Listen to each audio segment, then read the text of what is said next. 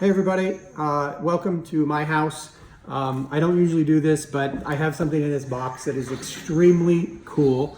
At least I think it's cool. For those of you that do know me, I love history, everything about history. Usually I'm diving into car history, but today I'm looking into pop culture history. I also love entrepreneurial stories and unboxings. I can watch these unboxings on YouTube literally for hours on end on a weekend or weeknight. So anyway, something special in this box, and it pertains to Elvis Presley. In 1954, Elvis Presley hit the charts and was the biggest disruptor in music history, probably until the iPod. Elvis Presley just totally defined what rock and roll was at the time. In 1955, he was doing super well. He had several hits at the time, and he had a contract that was owned by a guy named Sam Phillips from Sun Records.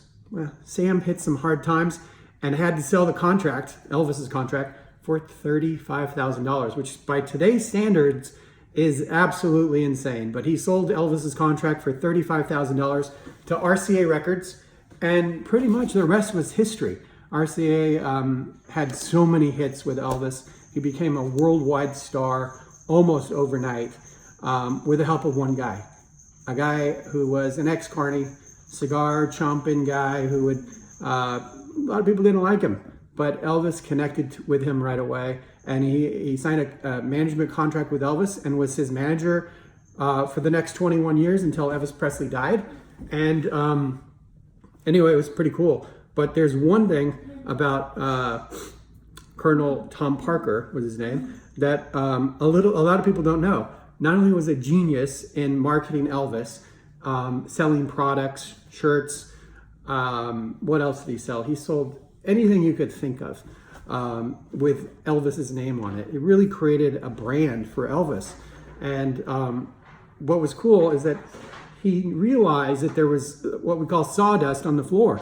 He was leaving money on the floor with the people that didn't like Elvis. So what he did was create what's in this box.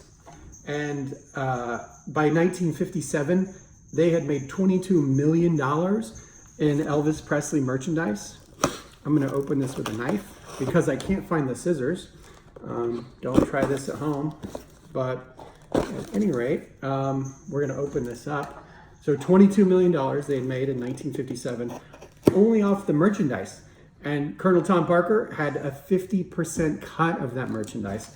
And that's probably why he realized that he didn't want to leave any more money on the floor for those people that didn't like Elvis. Because for every one person that loved Elvis, let's say if your girlfriend loved Elvis, it almost was, they were so insane about Elvis, these people, that it was almost annoying. So if your girlfriend liked Elvis and was nuts about him and would cry when she saw him or heard the songs or whatever, or maybe it was your boyfriend, it was kind of crazy at the time. So a lot of people didn't like Elvis.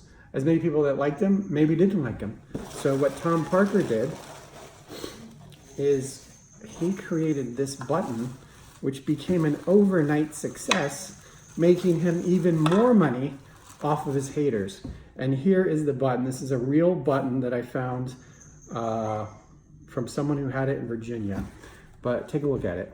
This button, oh, and it's gonna be reversed because we have this camera reversed, but it says, "I hate Elvis," and it's this button was purchased at some point from Colonel Tom Parker at one of these booths or stores that sold Elvis Presley merchandise. And I think he's pure genius for not only making money off all of the buttons that said, "I love Elvis," but he also sold to Elvis's haters this button that said, "I hate Elvis."